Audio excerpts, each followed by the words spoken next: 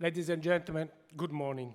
We would like to acknowledge that the land we meet on today is the traditional lands of Ghana people, and that we respect their spiritual relationship with their country. We also acknowledge the Ghana people as the traditional custodian of the Adelaide region, and their culture and heritage beliefs are still as important to the living Ghana people today.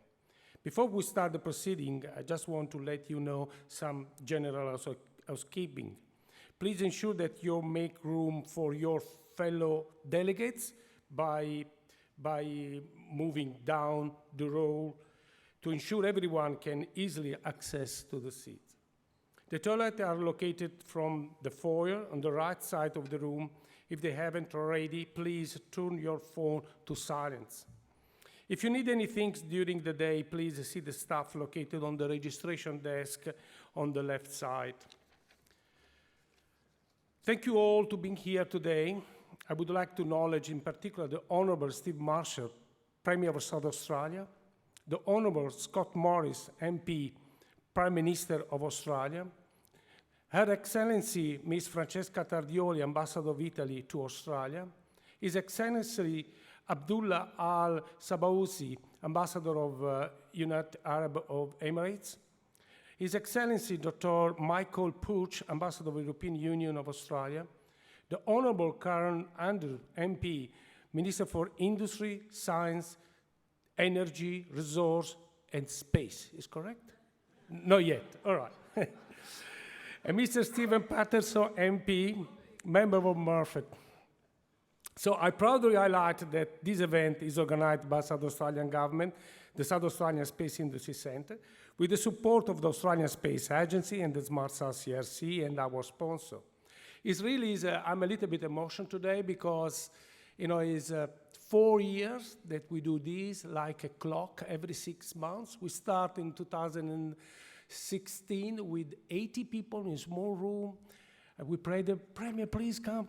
No. But now it's 1,100 people, and we have the Prime Minister here.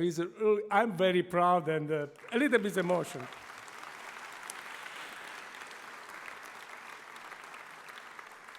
And that is very important because this is an important opportunity to share opportunity, and also to talk each other and say, look, that is my update, that is what I think, that is what I want to do, some tender. So it's very important. It's my pleasure to give a special mention to these sponsors who have demonstrated outstanding commitment to the national space sector. I'm pleased to acknowledge the support provided to this event from the MDA Foundation, the Australian Space Agency, the Smart South CRC, Boeing, CSIRO, the Space Industry Association of Australia, INU in Space, Electro-Optic System, MDA. Please take this time to visit them and other visitors. There are more or less 40 organizations that will be in our exhibition hall, and that is next to this room. Information on our sponsor and exhibitor, as well as speaker bios and additional event information, can be read on this program book. So today's forum will start with a section dedicated to national international space trend with a national international guest.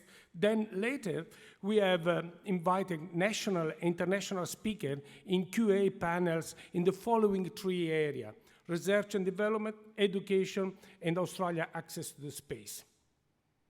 It is my pleasure now to welcome to the stage the Premier of South Australia, the Honourable Steven Marshall MP. The Premier Steven Marshall has led the South Australian government since March 2018 and is one of the longest service leaders of the South Australian Parliamentary Liberal Party. Throughout his political career, he has been one of Australia's most prominent proponents for reinvigoration of the space sector. And after winning the state election, he's appointed himself Minister for Space Industry in South Australia. There is no doubt that he's one of the most relevant protagonists of this Australian renaissance in space. Premier, please, welcome.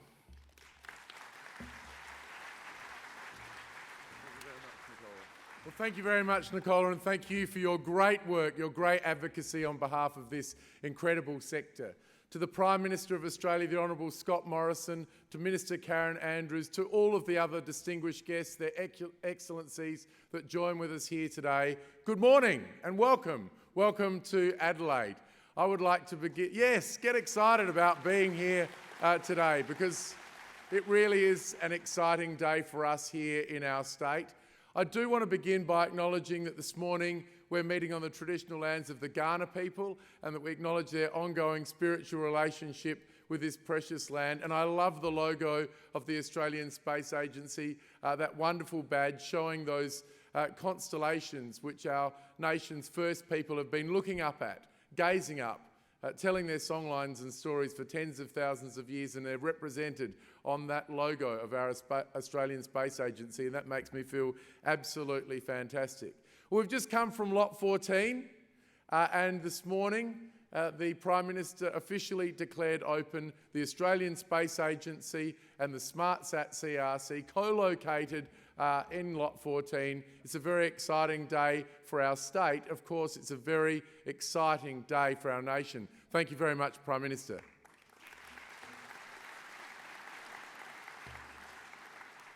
I've got to say, there's a lot of exciting things happening, and there's a lot of people leaning in here in South Australia to, if you like, take it to the world. And one person that I would also like to acknowledge this morning is Professor Paddy Neumann. Now, Paddy Neumann, South Australia's own, has just won a very, very prestigious award, the highly coveted Lawrence Sperry Award by the American Institute of Aeronautics and Astronautics. Give him a round of applause.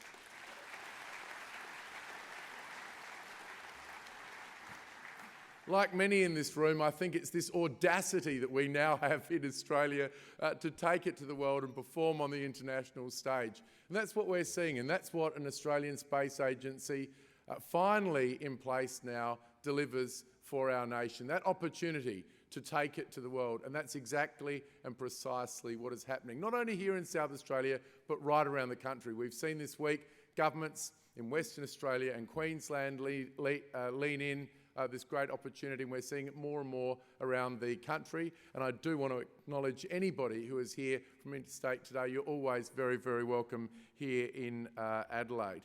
Earlier this week, we were absolutely delighted when Citael, the largest private Italian space company, opened their office here in South Australia. And it was a great opportunity to have Pierluigi Pirelli, who joined us. He was here with Francesca Tardioli, who is Her Excellency, the Ambassador from Italy to Australia, and also Giorgio Saccoccia, who is the head of the Italian Space Agency.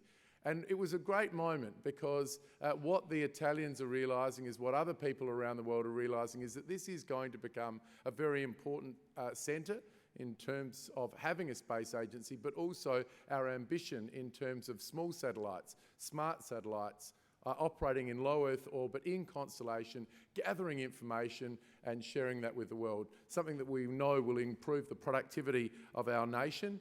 We know that this will improve the productivity of our world. So it was great to have the Italians flying the flag here, and a great moment last night when Dr. Megan Clark, the inaugural head of the Australian Space Agency, announced that Giorgio Saccoccia had offered to have a 3-kilogram payload go onto the International Space Station, courtesy of Italy. So grazie tanto, grazie.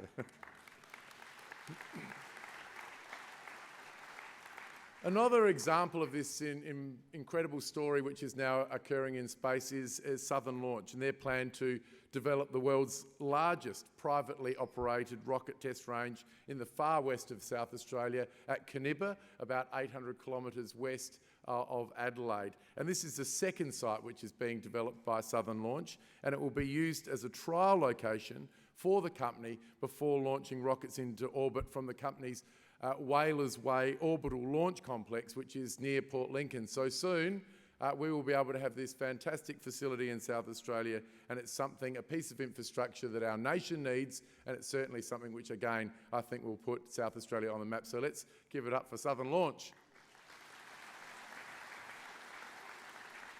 And And I'm now very pleased to be able to announce this morning that Southern Launch is joining forces with local company DEWC Systems to launch the first suborbital rocket from the Caniba test range in the not too distant future. So let's just watch this space. Last year, of course, we were delighted when AWS, Amazon Web Services, joined forces with Deloitte, win the globe's first gravity challenge, and this was a fantastic challenge right here in South Australia with over 40 teams competing on 12 different topics. How we can use images, how we can use information and data to improve outcomes for businesses. My understanding is fantastic results, absolutely fantastic results from the Gravity Challenge. We would certainly like to make Lot 14 the global headquarters for Gravity Challenge, and we're certainly working with Deloitte and AWS, so hopefully we've got more to announce on that later this year. Japan, as we heard last night, has a very, very strong link, and we had the Consul General from Japan with us last night. Hayabusa 2 will return to Earth right here in South Australia. And we're working very closely with JAXA. We're working very closely with the Japanese government. We see huge opportunities. And of course, we were all delighted last year when our Prime Minister, Scott Morrison, met with the President of the United States and talked about the Artemis program, the fantastic mission to the moon and then on to Mars, and importantly, committed Australian dollars, not to go to NASA, but to stay right here in Australia, to go into the ecosystem, to create those jobs and that future. So I can't tell you how excited I am. It is just a massive opportunity for our state and for our nation to get involved in one of the fastest growing sectors in the world. We've been missing. We haven't had a seat at the table for a long period of time, but since the announcement in 2017, Australia has moved extraordinarily quickly to deliver on this ambition. And it wouldn't happen without the people that are currently in this room with us today. People from industry, from government, from schools, from research institutions in our universities. Creating this ecosystem is an incredible job. We now have a space agency, and as we know, you need that space agency for the agency-to-agency, government-to-government negotiations. But now we have this. We are all the beneficiaries. South Australia, the business sector, the government sector, and as I said, the next generation of school students and our fantastic universities. So it's great to have you here this morning, and it's now my great pleasure to declare open the 9th Australian Space Forum. Thank you very much.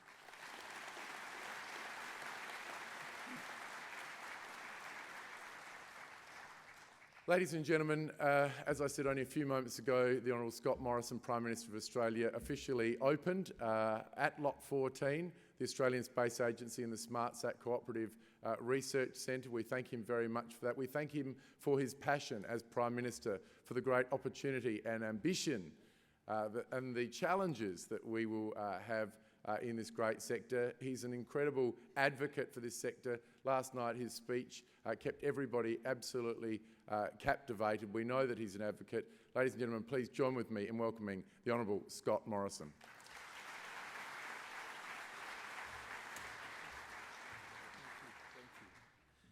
Well, thank you very much, Stephen. Can you congratulate and thank Steven Marshall, Premier of South Australia, for his extraordinary leadership when it comes to what we're doing here today and what's going to excitingly happen in this country, in our space, our civil space industry, over the next decade and beyond. It has been so much Stephen's drive when we were pulling together the National Space Agency and the pitch that he was able to make, and to now have Dr. Clark here and to have the Space Agency open this morning on time, on budget, and getting on with it is tremendously exciting. So thank you very much for your leadership and partnership on this, Stephen. It has demonstrated just how well we can work together and get things done, not just here in South Australia and Adelaide, but right across the country. Can I also acknowledge Karen Andrews, the Minister for Industry, Science and Technology, and popularly known as the Minister for Space in a place like this today.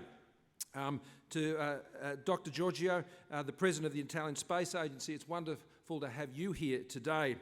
I think, Stephen, when you combine South Australian wine and South Australian restaurants, particularly Italian restaurants, I mean, when we put the space industry together with that, it was a compelling proposition. They had to come. There was no way they could have resisted with that magic combination, I'm sure. To Dr. Megan Clark and all of your wonderful team here at the Space Agency, it's wonderful to have you here. And to all honoured guests who are with us today, as particularly those from the Diplomatic Corps, Her Excellency the Ambassador from Italy, it's wonderful to have you here as well. Can I also acknowledge the traditional owners of the land on which we meet, the Gumma people, and their elders and their past, that are past, present, and that are emerging for our future. Can I also acknowledge any servicemen and women who are with us here today? And can I thank you and the veterans who are here today for your tremendous service to our nation. And of course, as I mentioned this morning, those who have served in our military, in our defence forces, and those who have served overseas in other foreign services. The space industry is tailor-made for the skills that they have developed and they have learned in their service of their country. And we're very excited about the crossover between defence industry and the space agency. And as always, it's great to see Andy Thomas here, a great Australian. We have just come, as Stephen has said, from the official opening of the Space Agency headquarters at Lot 14. And I'm sure this will be a topic of conversation here at the Space Forum. One thing must be very strange for you in one way. I mean, this is the only conference where the words, "it's not rocket science," would ever be mentioned amongst you. It is rocket science. It's not easy what you do. It's very complicated. The other thing you won't hear at a conference like this is it can't be done. That's, I think, one of the most exciting things about the space industry and the space perspective on the world. The sky is not the limit. It's nowhere near the limit, as Andy reminds us. Space has no limits, and it has no limits economically either for us as a nation and the opportunities that we can pursue. What we've announced this morning is another example of the close partnership and deep collaboration that exists between the South Australian Government under Premier Marshall and our government federally, working together on a plan for jobs. As I said this morning, this is a plan for jobs. So yeah, it's a plan to radically open up and see our space industry realise its potential and objectives. But ultimately, this is a plan for jobs. Yesterday morning, I was in Melbourne and I was at the Doherty Institute, and there they were the first team to grow and share the coronavirus and share that with the world. And so you can imagine how exciting it is for me as a Prime Minister. As difficult as that issue is, the coronavirus, as it impacts on the globe, and it particularly impacts here on us in Australia, that Australian scientists are the ones who are the first to grow and share that virus and understand its componentry and actually invest in the ways that we can better understand that and develop the antivirals. And ultimately, we put $2 million down yesterday to work on a vaccine, and that work will be done globally. But here I am today, launching the Australian Space Agency. And this says a lot about where Australia is today and where we're going as a country. And at the end of the day, it means this: it's a plan for jobs. And to show us how serious we are about this, we opened this morning. I'm not going to do any Star Trek puns today or any Captain Kirk jokes or anything like that. You'll be pleased to know. I'll leave those to Stephen. He's much better at them than me. And Karen's already given the big salute this morning on morning television. But the new headquarters, alongside SmartSat CRC and CSIRO, will anchor our coordination with the states and territories and act as the front door for our international engagement. It gives the agency a base in a thriving, innovative city that can lay claim to a growing number of space businesses, added to, it would seem, almost every day. And this is great news for Adelaide and for Australians.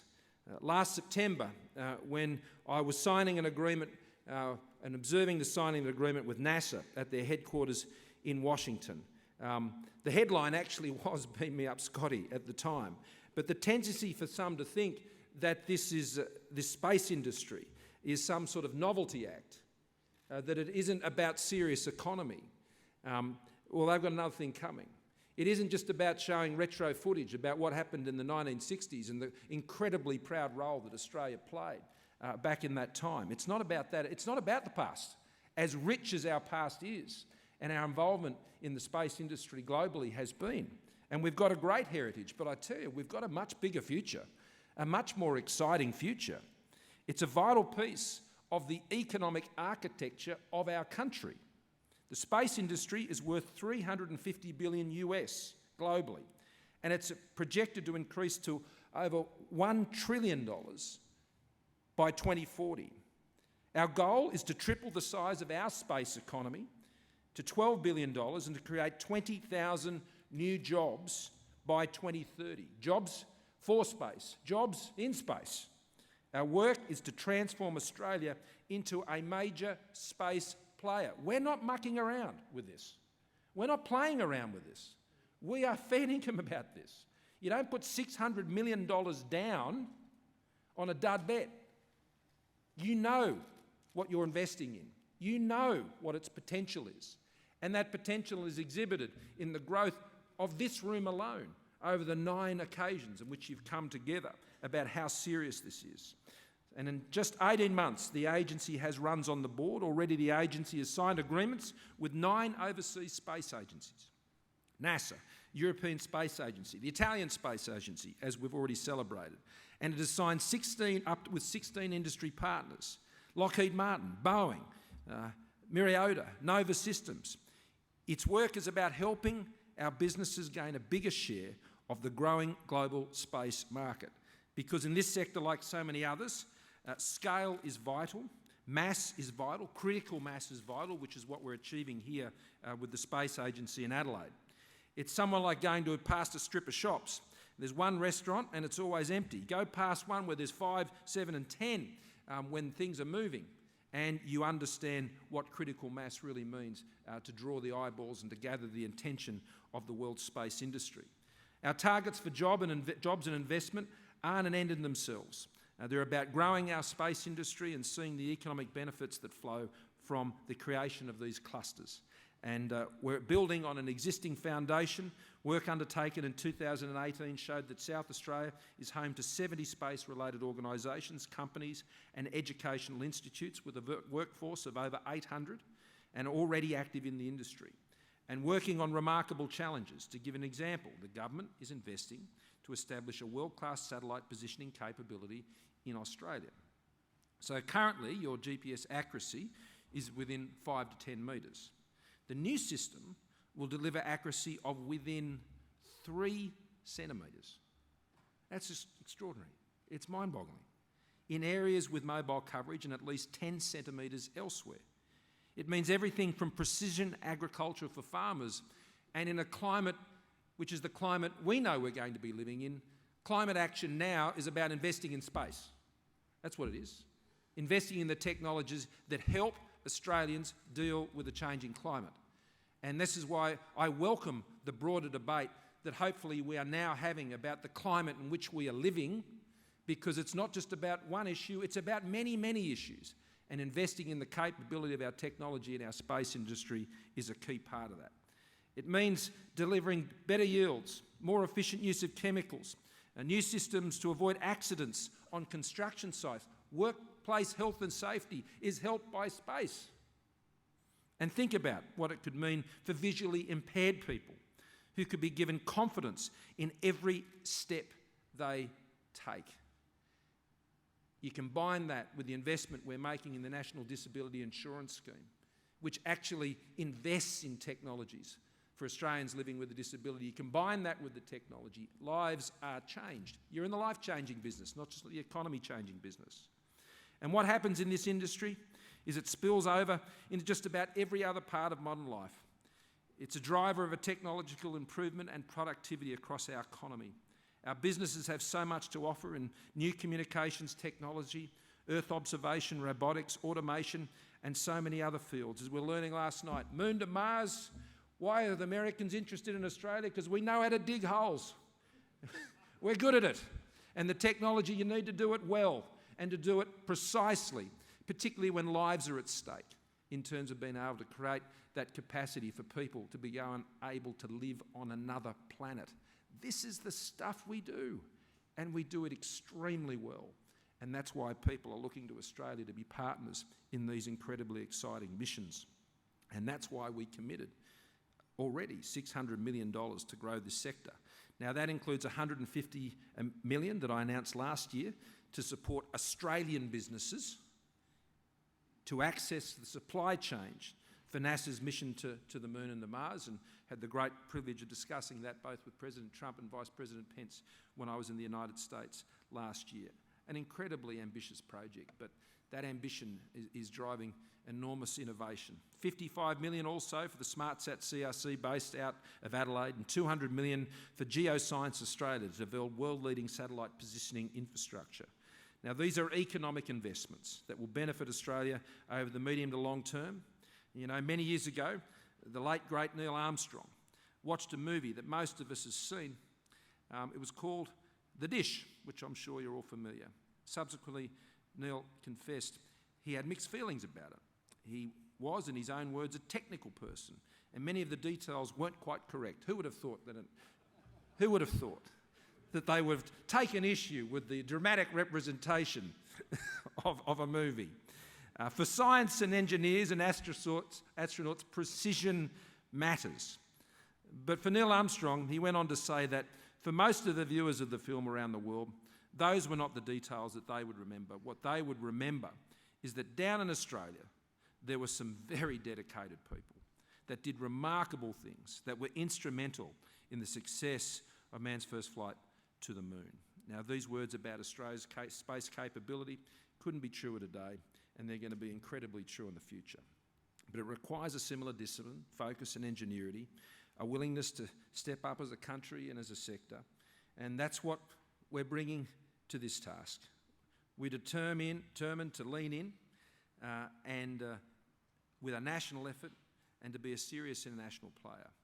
And I know Australia's space industry will grow enormously in coming years, and I look forward to working with you all as we continue to go out there on this incredibly exciting mission together, which at the end of the day will improve the livelihoods and the well-being of our fellow Australians and people all around the world. This is an exciting plan, Megan. This is a very exciting plan.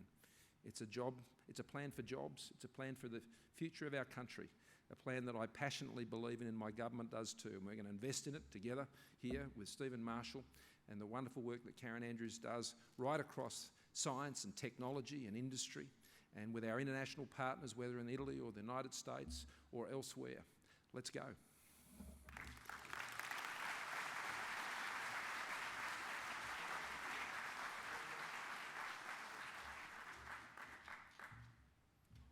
Thank you, Prime Minister. It's a very inspiring speech, in particular for the 100 kids that is here from the high school student that are attending the forum.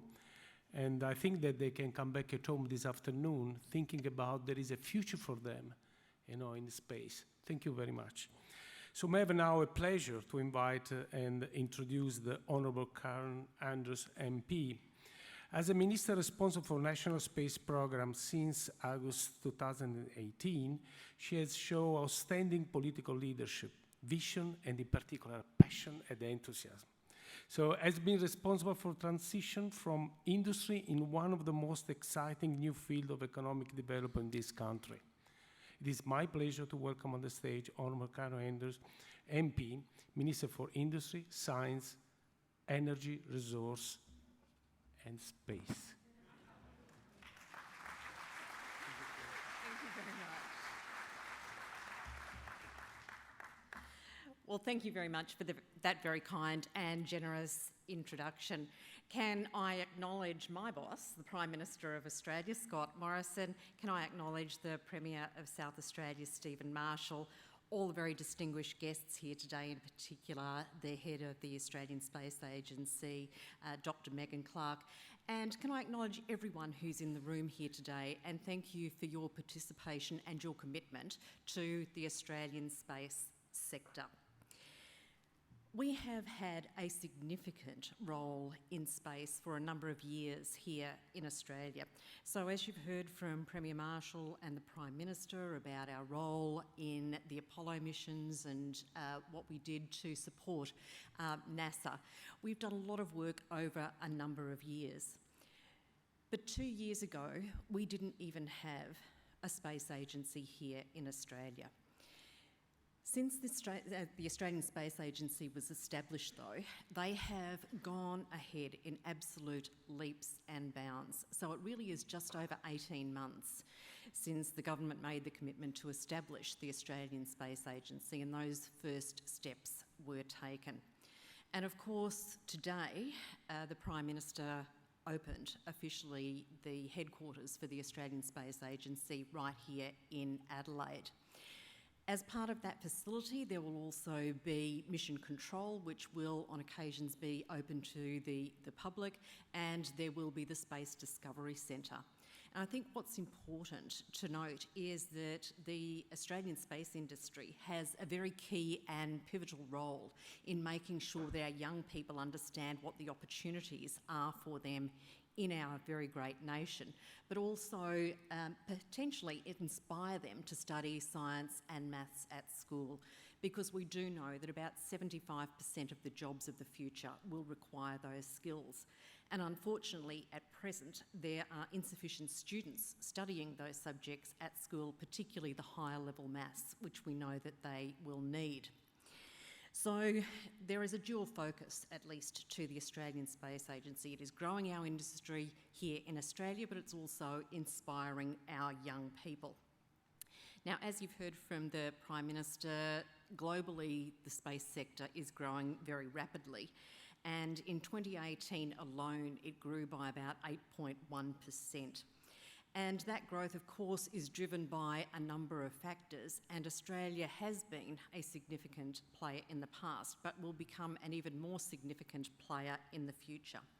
There are some technologies that we are particularly well advanced in, and I think that the important thing for us as we develop our role in the space sector is to make sure that we are clearly playing to our strengths, so that we're not trying to be all things to all people. We're focusing on the areas where we already have capability and we have the potential to develop that, as well as recognising emerging opportunities as they arise. Now, again, as you've heard, the Prime Minister announced previously that there was a $150 million commitment for Australian businesses to work with and support NASA in their Moon to Mars and beyond mission. What's critically important is that we are working closely with NASA to look at the capabilities that we have that would be valued by them and be a valuable contribution to their Artemis program. So we are looking at things like communications. We're looking at what we can do with remote health, and many of you would be aware that we actually do a lot of work supporting our scientists and workers in Antarctica remotely from facilities in Hobart. We run our mining operations often remotely, so many of the mine sites in the Pilbara are operated remotely from Perth, some 1,600 kilometres away. Of course, our mining and resources sector uses technologies that are in fact world leading, and we are planning to use those technologies to support the work of NASA, but also to support other work around Australia. Prime Minister, I'm not going to make any Star Trek jokes. I don't do jokes very often, but and I don't necessarily do jokes well, which is why I don't do them very often. But I did make a Star Trek reference this morning, but it had a little subtle twist in it. So you're all familiar with the phrase "beam me up, Scotty." What I said this morning was "beam us up." Scotty, apologies. But it's important because where our Australian space industry and our Australian Space Agency is very different is that we are working very hard to make sure that we bring Australia and all Australians with us. So this is an effort not just of government, it is an effort of the Australian people. So we are building Australian industry. We are injecting funding in that's going to support the growth of Australian industry. And to Australian industry's very great credit, they have stepped up to the plate and they are taking the lead in so many areas. So as a government, we will continue to support that growth in Australia. We are committed to working with you. We are well and truly on track to make sure that we triple the size of the sector by 2030, so that we increase the 10,000 jobs that we have now by an additional $20,000, and we increase the dollar value from about $4 billion now to about $12 billion by 2030. We are on track to get to those targets. We will be doing everything that we possibly can as a government to support the industry, because we understand that this is about Australia as a nation and the opportunity for us to make a significant difference to the lives of Australia and Australians. So everything that we do is aimed at making sure that Australians' lives are easier, whether it's GPS, whether it's the work in health, whether it's supporting our primary producers with tracking their cattle, their primary, their beef, their sheep. It's the day-to-day things that really make a significant difference. And as we embark on this journey, this space journey, we will be doing everything we can as a government to make sure that we are working in the best interests of the Australian people. It's been a pleasure to be back here with you today, and I wish you all the very best.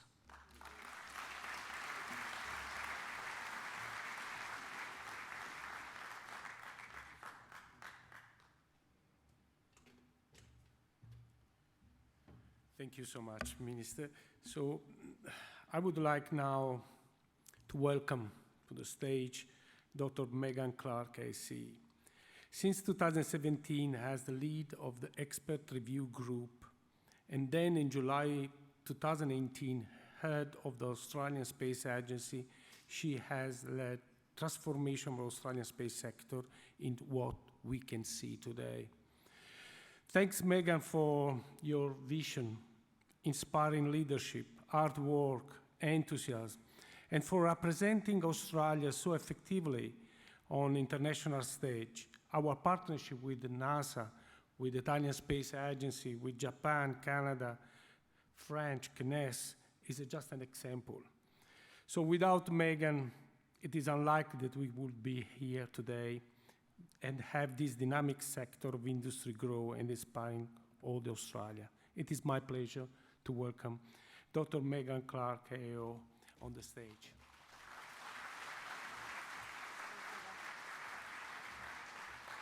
Thank you very much, Nicola, and I also wanted to pay my respects to the Kaurna people here, and Paul Curnow, who is in the stage, writes and shares some of the knowledge and traditions of the Kaurna people, and right here of the Adelaide Plains.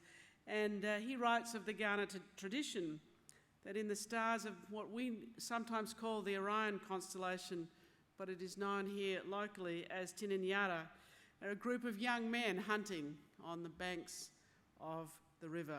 And we try and represent those stories right inside our logo, so thank you for highlighting that. Prime Minister of Australia, the Honourable Scott Morrison, thank you for your support to the agency. Thank you for opening up our fantastic new digs here in headquarters in Adelaide.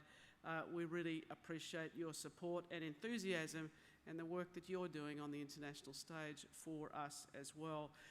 To my boss, Minister for Industry, Science, Technology and Space, the Honourable Karen Andrews, my colleague, Dr. Giorgio Saccoccia, the President of the Italian Space Agency, and thank you for your generous offer.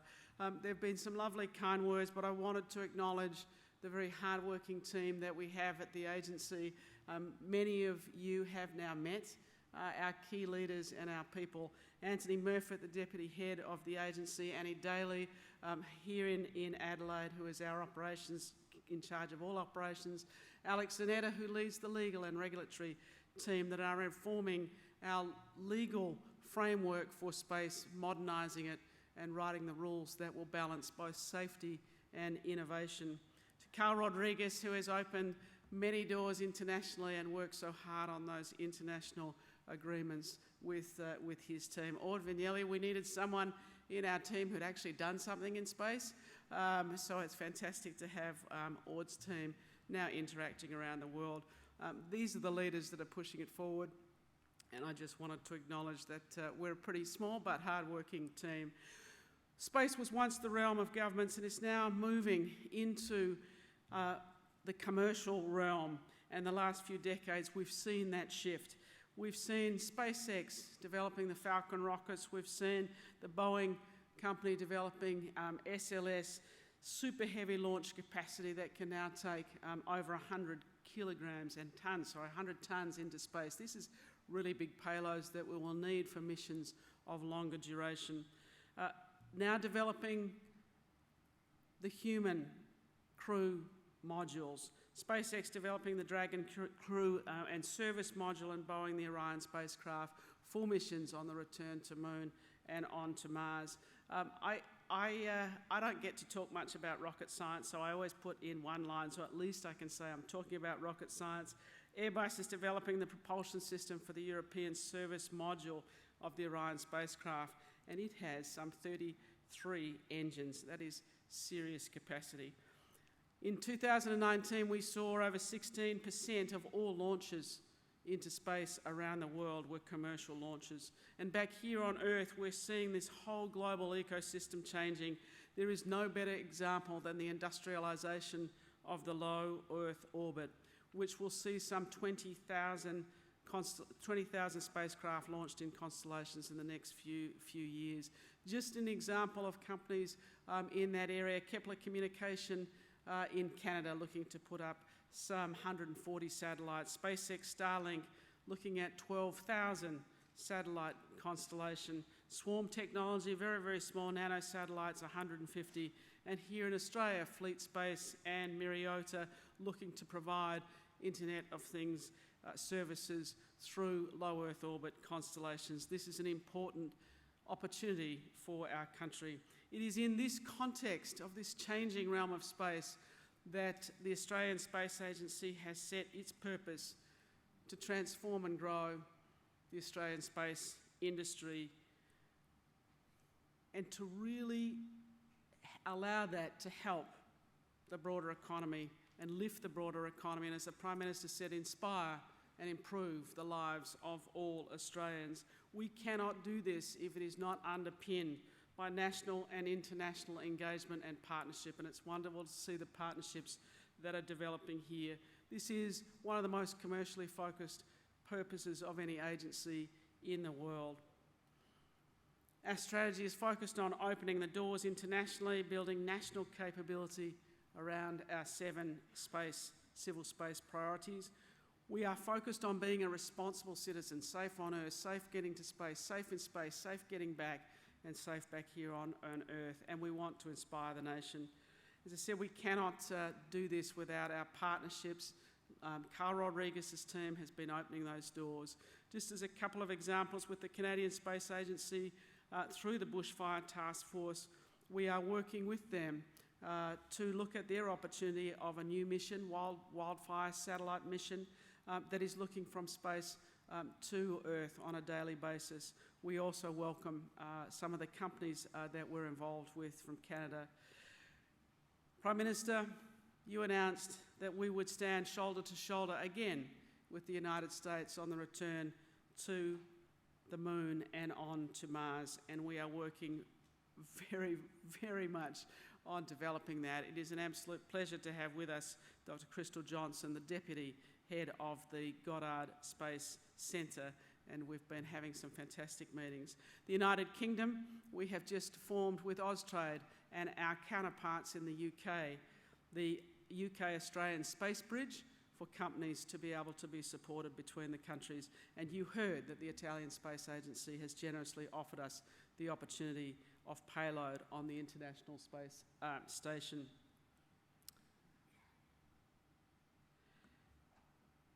I wanted to share as well, actually before that, I wanted to share as well some of the momentum that we've seen around the country. The opening here, and just a fantastic week this week, of our headquarters here in Lot 14, together with SmartSat CRC, CSIRO, the small companies. It's just going to be a fantastic feel and momentum and collaboration. On Sunday, the Queensland Government announced that it would invest $8 million into the space sector, and on Monday, the Australian Remote Operations for Space and Earth Centre was opened with support of the West Australian Government and founding industry partners. So we're starting to, this momentum that you are feeling and seeing, I think, is really starting to take off right around the country, headquartered here in South Australia. One of the key roles of government is to put in place some of the programs and infrastructure that are required, and we are delighted to be able to progress our new programs. The Space Infrastructure Fund, laying the foundation for infrastructure that will be critical to grow the sector. Our International Fund, which has just closed, and we've been delighted with the just under 200, I think, applications to that fund. We also have, of course, the Discovery Centre that will be here. We want the public to be able to walk in off that terrace and see people at work in the mission control and see what we're actually doing in real time in space and be inspired to come into that sector. And we also have the NASA partnership that we have talked about. And this will have elements of getting our companies into the supply chains, demonstrator projects for our industry and our researchers and scientists as well, and a trailblazer project for the future. I mentioned our regulatory area. We have modernised our space law, now encompassing both launch and launch facilities. We have looked at how we return space objects into this country and also Australian objects as they may return internationally. The best example of that is the JAXA Hayabusa 2 mission. We will be supporting the Japanese in their return of the samples of the asteroid Ryugu to Australia later on this year. And of course, we provide licences for launching space objects overseas and hopefully in the future from Australia. The goal of our agency, as has been mentioned by the Prime Minister and the Minister, is to take a sector which is just under $4 billion in 2016 to a $12 billion sector by 2030, an additional 20,000 jobs. The early indications are pretty good, and I wanted to share with you some of the new information that we've just had come in for this. We track the capital pipeline. This is the pipeline of projects around the country that include research projects, and we set ourselves the goal of stimulating a $2 billion capital pipeline around the country. This is what builds jobs, that investment. And I'm pleased to say that as of December, that pipeline is now $1.6 billion. We think we will definitely achieve this goal. And importantly, just under 700 million of that is coming from industry and international space agencies investing in our future. So we'll keep track of those projects and show you how they progress. We also, you've been feeling this momentum. We've been feeling companies grow. We now have the information in to validate that. The IBIS recently produced a report that looked at the growth of the space sector here in Australia from 2015 and projected to 2020, and their number was a compound annual growth rate of some 8%. Our own tracking inside the agency from 2016 to 2018 is showing a very, very similar story. What I wanted to share with you is that we're starting to see some phenomenal growth in the sectors. So what's extraordinary here, and you're feeling it, and you're the ones here in this room who are giving people jobs. We've met the companies. We know you're putting on people. It's extraordinary. Over 200% in the last 2 years in the small to medium enterprise area. A wonderful engine for putting on our graduates and growing the jobs.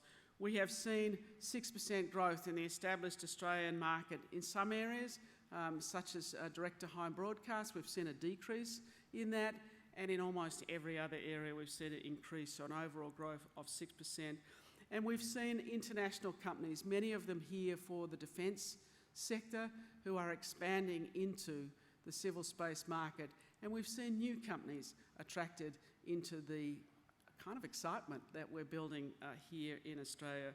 We've also seen the research and education sector focus on the area. So I wanted to share that with you to demonstrate that even in this early time, we are delivering on our purpose, and we can't do it without all of the effort that is going on around the world and our partnerships around the world and here in the nation. I can tell you that the team at the Australian Space Agency works incredibly hard every single day to really build an agency of which you can be proud.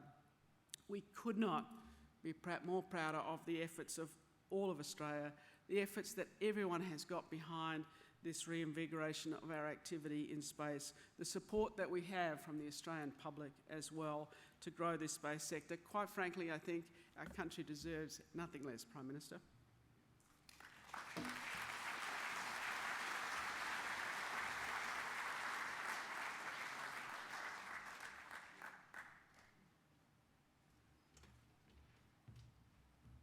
Thanks, Megan. I said that I'm very emotional, but you make me cry, and but it's incredible. What she did in the last 3 years. Growing from 3.8, 5.6 is billion with 8% of growth. So thanks, Megan, and on behalf of the Australian community, I really would like, to say that you can continue also after July to play a key role in growing the space economy. Thank you very much, Megan.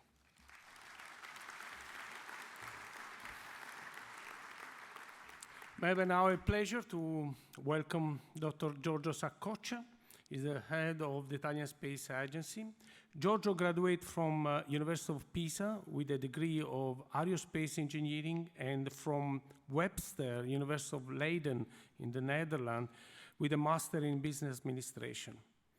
It was head of the electronic propulsion section of the European Space Agency, and then head of the propulsion or aerothermodynamic division of the European Space Agency. Giorgio is also Associate Fellow of the American Association for Astronautic and Aeronautic, full member of International Academy of Astronautics, and emeritus member of the French Aeronautics and Astronautic Association. Giorgio, please.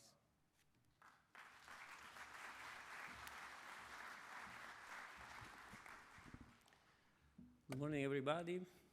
Dear Prime Minister, dear Premier of South Australia. Oh, she left. Oh, okay. I was just about to say, Honorable Minister Andrews, Minister of Space and other minor subjects. You better leave, otherwise you will remain only Minister of Space from now on. Dear friends, dear participants, and allow me just a special actually two special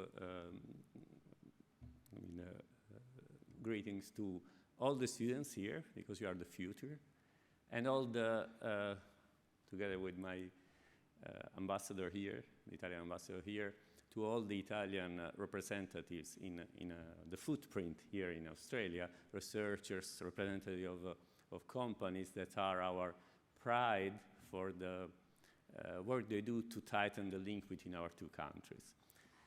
So I would like to, while there were the other speeches going on, I was trying to figure out how can I express in a figurative way the enthusiasm today to be here as a representative of the Italian Space Agency and my government to celebrate the official inauguration of the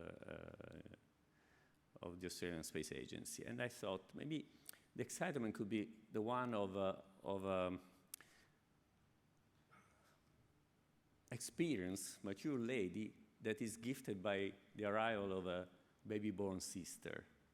Because that's what I think the Australian Space Agency is for all the experienced space agencies in the world. I think Crystal would, would share my point of view. And to do this, well, I think the first thing an older, say, a more experienced sister would do with a new arrival is to try to transfer her experience. And that's what I will try to do today with showing a few figures about what the Italian Space Agency has done in the last 30 years of existence. Of course, this is not with intent to do any brainwashing, but simply to, in a protective way, to facilitate the path and the life that this newborn agency has, and to accelerate the growth that will be that you have in front of you. So I have prepared a presentation. I hope I'm not going to be too boring. I think the best way to start is to show the link Italy and to Adelaide is to show a picture of one of our Earth observation constellation of this town. So Italy looking at Adelaide from space. There should be, yes, it's here. Italy is working in space activities since almost 60 years. As I said, the agency was born almost halfway in our history, about 30 years ago. And Italy is one of the few countries, I think, in the world that operates almost in all operational field of space. And I'm going to give a brief overview about that. What you see there in the small picture in the center is the headquarters of the Italian Space Agency in Rome. We have other sites also in the country, and even a facility in Africa, in Kenya.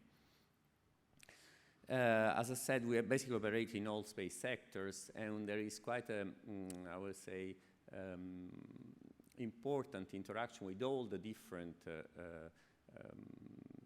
civil, military, and political, and administrative areas of our country, because space is really a matter of everything nowadays in our everyday life. We have developed an important industrial footprint in the country. We talk about more than 250 companies, going from very large space integrators down to micro companies that are really the key and the basis for what we call the new space today. And we're also quite happy about very good geographical distribution all along the country, with subsidiaries almost everywhere. You just mentioned the opening of another, it's not the only one, another subsidiary of an Italian company here in Australia, but there are many others.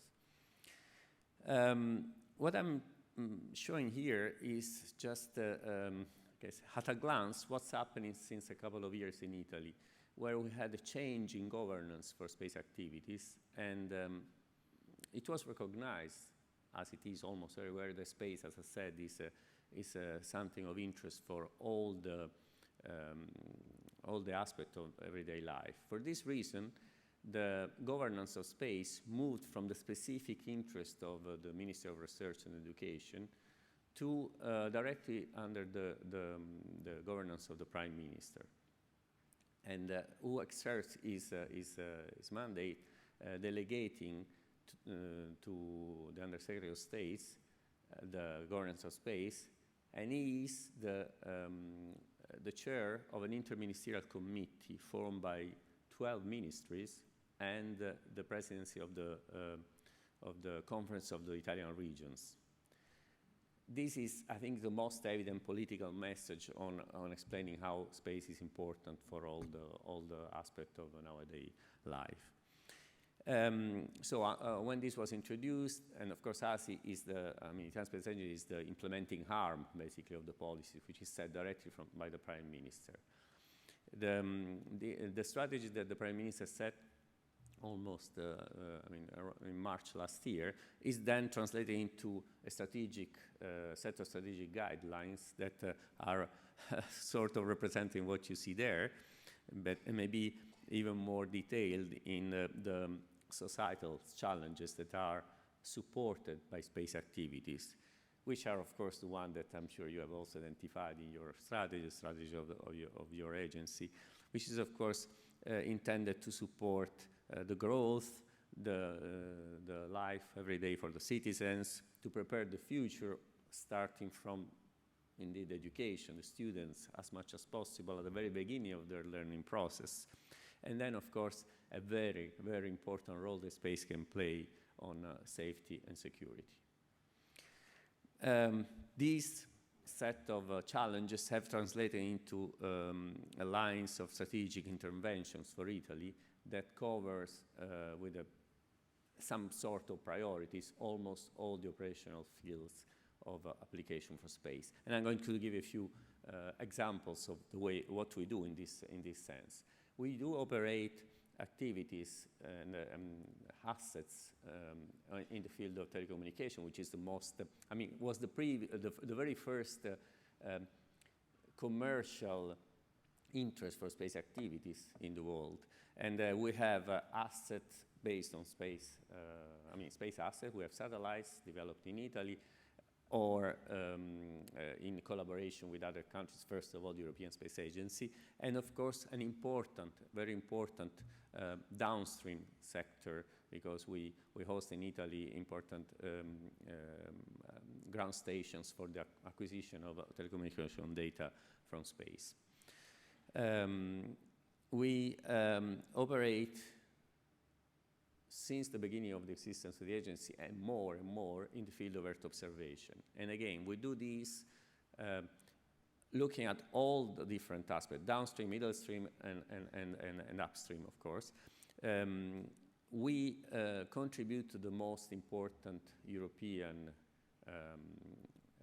initiatives in Earth observation, promoted by the European Space Agency, by the European Union, but we have an important Italian national programs that translate into the existence of an important constellation of synthetic aperture radar satellites, Cosmos SkyMed, that is just going into the deployment of a new generation. We launched the first satellite of the new generation last year, bringing up to 5 the numbers of satellites operating now. We launched last year also an innovative hyperspectral infrared satellite called Prisma. So we have different eyes to look from space at what's going on Earth. And of course, not only what happens in Italy, but what happens also in the rest of the world, because data provided by space that we collect can be used in support of our partners, commercial, strategic partners. The picture you see here, the bravest of you will recognize some part of the Australian territory. We wanted to have just some example here shown how we can also look at your country with our satellites. This is taken by, indeed, the Cosmos SkyMed satellite. With Prisma, with the the new launch satellite Prisma, we have just completed our commissioning phase. And what you see here are some of the very first pictures that the sensors of the satellite can take of this is actually South America. But you can, of course, using the different sensors, look at the surface of the Earth with different meaning, with different intent. The bushfires. Last Sunday had the fantastic opportunity to be taken on a helicopter tour above the Kangaroo Island, which I visited 3 years ago, and I enjoyed so much. And I saw from the helicopters the devastation of the bushfire, some areas that really remain in my heart from my previous visit that are not there anymore. Not there anymore with whatever was there, including the animals, everything. And I really, when I realized that I was flying over that specific part that I think was the nicest one I saw, back to my hotel in the evening, I was really, really shocked. And I said, we need to do something. We can do something. We can do a lot from space. You know this. We know this. In Italy, we have similar serious problem for bushfires in summer. There are examples here of what the European Copernicus satellites do already in this respect, but I'm sure we can work together within our countries possibly even to develop dedicated joint instruments that not only would help us intervening when the emergency is there, but possibly doing some prevention, which is the way to avoid the real crisis. And I really hope we will manage to do that. So moving to other other initiatives that Italy has, and this is very nice to me, is recently the country has funded the development of a 200 kilogram platform for different application. I mean, this platform has the intention, is a very efficient platform using electric propulsion, and it has the opportunity to host different type of payload for different type of application. It is actually developed as a prime contractor by one of the companies that has just established its footprint here in Australia. So I'm sure we can have opportunities to discuss possibility to use these instruments, very extraordinary instruments together for applications that are attractive for Australia. The aero navigation, we are one of the major countries contributing to the European navigation program, both on the space segment and on the ground segment. This is, of course, is a jewel for Europe. I don't know how many of you are aware already that there are already more than 1 billion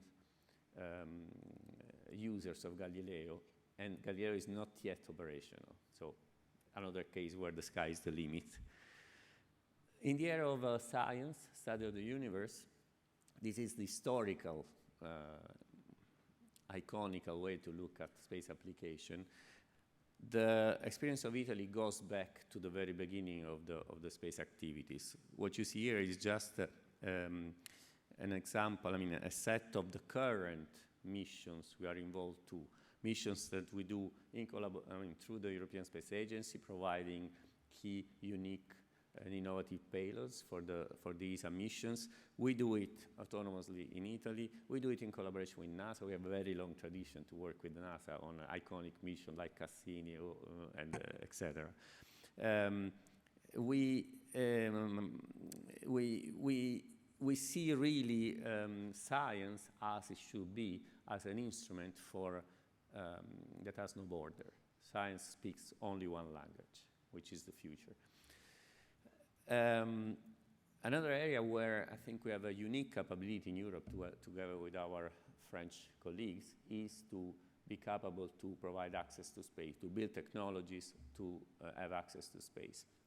We are very proud, of course, of our Italian participation to the two very important European Space Agency program for access to space, which is Ariane in all its history, now also Ariane 6, where we are a major provider of the solid boosters, and of course the Vega launcher, which is really Italian machine, with its evolution, which will be Vega, the so-called Vega C. Derived from this, we have another very interesting and innovative concept, which is called Space Rider, which is actually sort of a mini shuttle that will offer opportunities to do experiments, test technologies, and even test new type of operation in orbits, also in preparation of future in-orbit servicing, and bring them back to Earth, because this is a space transportation system that is capable to come back to Earth, that we already tested in the past as an experiment, and now we're going to produce in a sustainable way. We work on offering possibly opportunity to launch from the Italian territory suborbital flights. We are discussing also with Virgin Galactic to have a spaceport in Italy. But it is not just intended to that, but possibly to offer other opportunities also with other providers and Italian-based systems. We are working also on something that is sometimes not considered important, but high-altitude platforms provide data that, in the concept of data fusion, works together with the space data and ground data to provide a better coverage of territory, again, for emergency prevention, emergency avoidance, to look at the environmental aspect, etc. We look at the future with some work that we do in the field of hypersonic transportation. And of course, this was something that we thought was a possible research subject that we could perform together with Australia, because Australia has a long tradition, thanks to the Woomera range in this subject.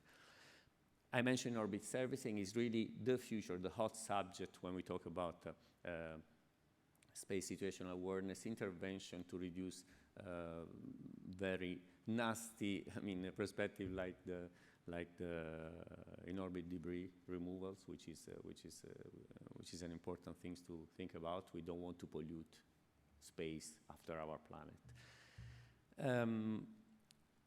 Exploration. Exploration is really a milestone. It's really an iconical subject for Italy. We've been always a leader in Europe for this, both on robotic exploration, where we have been the leaders in the last few years of the Mars contribution to the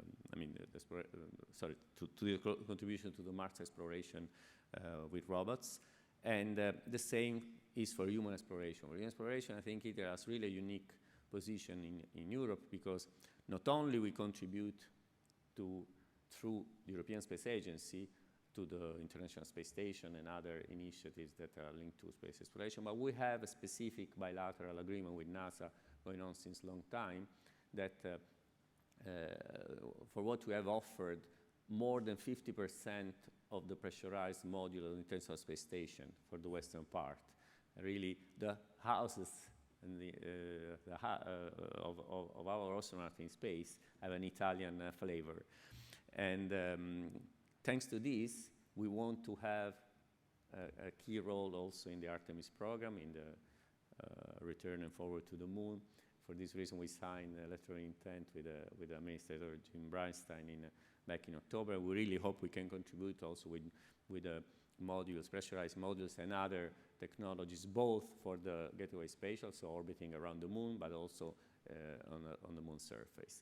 And on this, I believe there could be some ideas maybe to extend our collaboration also with Australia. We will talk about that. We already talked a bit about that in the last couple of days with the colleagues from the Australian Space Agency. Thanks to those agreements, I think Italy has had the chance to fly a very large number of astronauts. You see them in this picture. Many of them have done 2 or even 3 flights. And this, again, is the result of our participation to the European Space Agency programs, but also our bilateral endeavor with NASA. And of course, you can imagine how proud we are. We just had our Commander Luca Parmitano back from space. He has been also the first Italian commanding the International Space Station. He also was the commander of many, I think, 2 of his 4 extravehicular activities. All those things are things that you don't improvise. I can assure you are the result of years and years of effort and dedication to the space activities. And of course, it's an experience we will be delighted to share with our Australian colleagues. Subject of space situational awareness, security in general is something that is popping up almost everywhere. Italy, of course, has a very important, pay very important attention to that, both at national level as part of the European and international community. I mentioned already so many times ESA. I mentioned European Union. Of course, in Europe, Italy has an important contribution. We are the third, one of the original, member states of ESA, the third contributors at the last ministerial conference of ESA last November. We made a very, very large increase of contribution. We went up to 2.3 billion euros of contribution, which put us at 16% of the overall contribution. I would like to remind you that ESA has 22 member states, so it's quite a contribution. Europe, we participate to all the major European programs, Copernicus, Galileo, and I'd like to give you just a quick,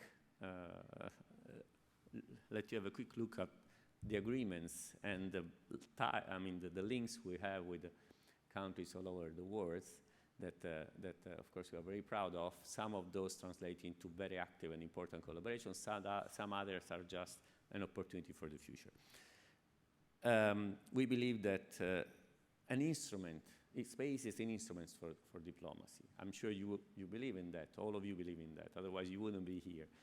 and is an instrument for diplomacy, in support of diplomacy, and the other way around, as we discussed with my ambassador, diplomacy supports space activities a lot because space has a unique language.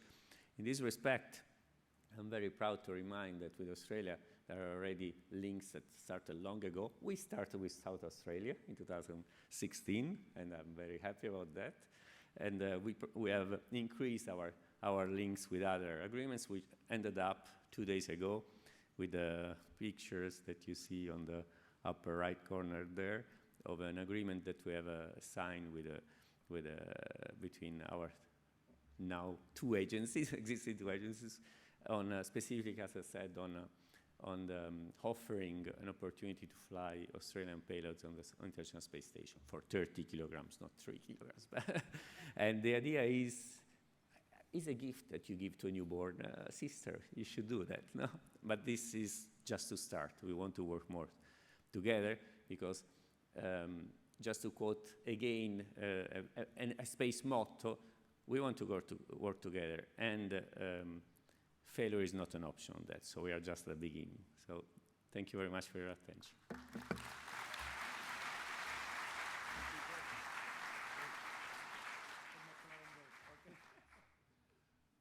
I know that you have a good wine, but this is a special one from McLaren Vale. Thanks, Giorgio, and the Premier is also he's a Parliament sitting today, so he's apologized. He's in the Parliament now. And now, just before to have a break, it's my pleasure to introduce Chris McFarlane from the Chief Executive of MDA Foundation. They are the platinum sponsor for us, and just give you a floor for the 2 minutes of your presentation. So folks, I won't keep you long for morning tea. Firstly, to our esteemed guests who are still here, but more importantly, the international and domestic trade visitors to this event, thank you for this opportunity to say a few words.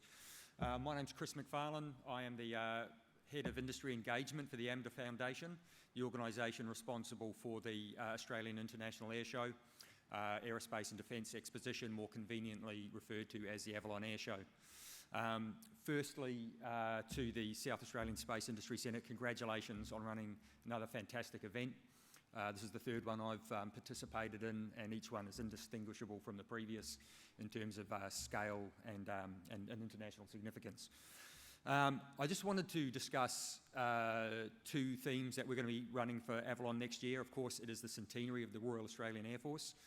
They will again be inviting over 30 Chiefs of Air Force and procurement personnel to their conference, and they are investing quite a lot in STEM and space, and I urge you to check out what they're doing. And secondly, we ran our first space industry conference at Avalon last year, which was very successful, and we're looking to build on that again and expanding the space conference program for 2021. We're also developing an Australian space industry pavilion.